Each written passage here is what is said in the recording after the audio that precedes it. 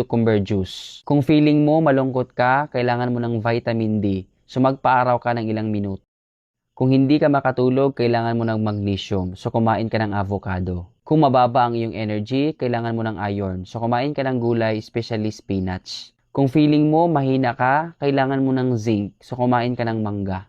Kung gumising kang pagod, kailangan mo ng potassium. So uminom ka ng coconut water. Kung masakit ang iyong ulo, kailangan mo ng sodium. So uminom ka ng cucumber juice. Kung feeling mo malungkot ka, kailangan mo ng vitamin D. So magpaaraw ka ng ilang minuto.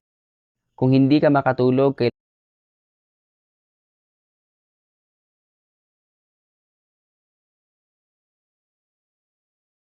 Ayun ang ating pasbi. kung ayaw mong mamayapa ng maaga. Number 1, ketchup. Ang condiment na ito ay kadalasan makikita natin sa kusina ng ating bahay. Ito ay mataas sa fructose corn syrup at preservatives.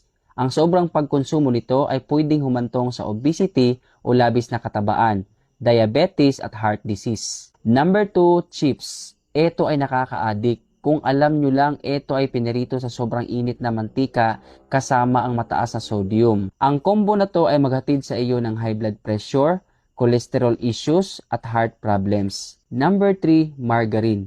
Minsan naiisip natin na mas healthy ito kaysa butter.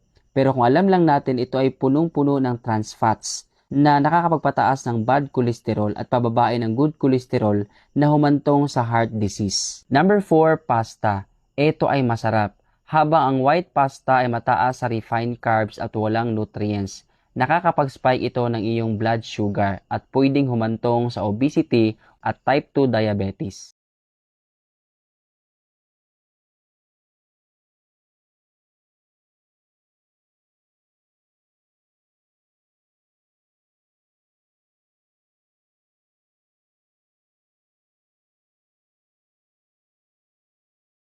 Ang ating pasbi.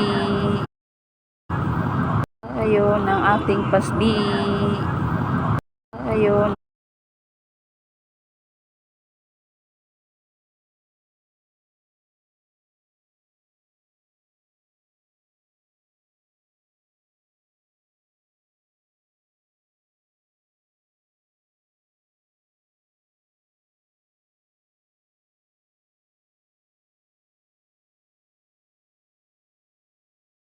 Din ito sa namamagang trachea at influenza.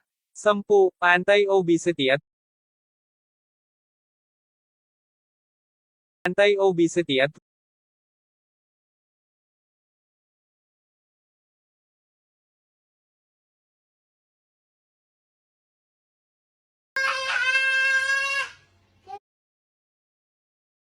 Huwag mong